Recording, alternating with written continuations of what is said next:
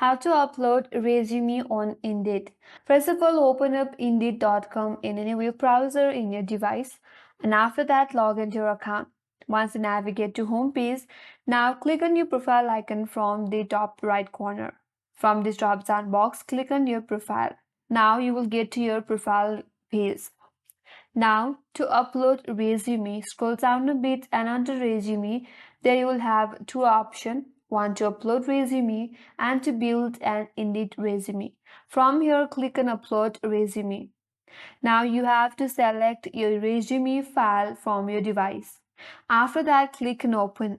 Now, once you add your resume in Indeed, you have to review that file. And if that's okay, click on OK.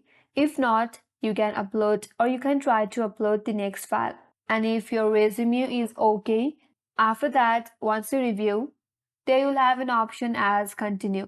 Click on continue, and with that, your resume will be uploaded in your Indeed account.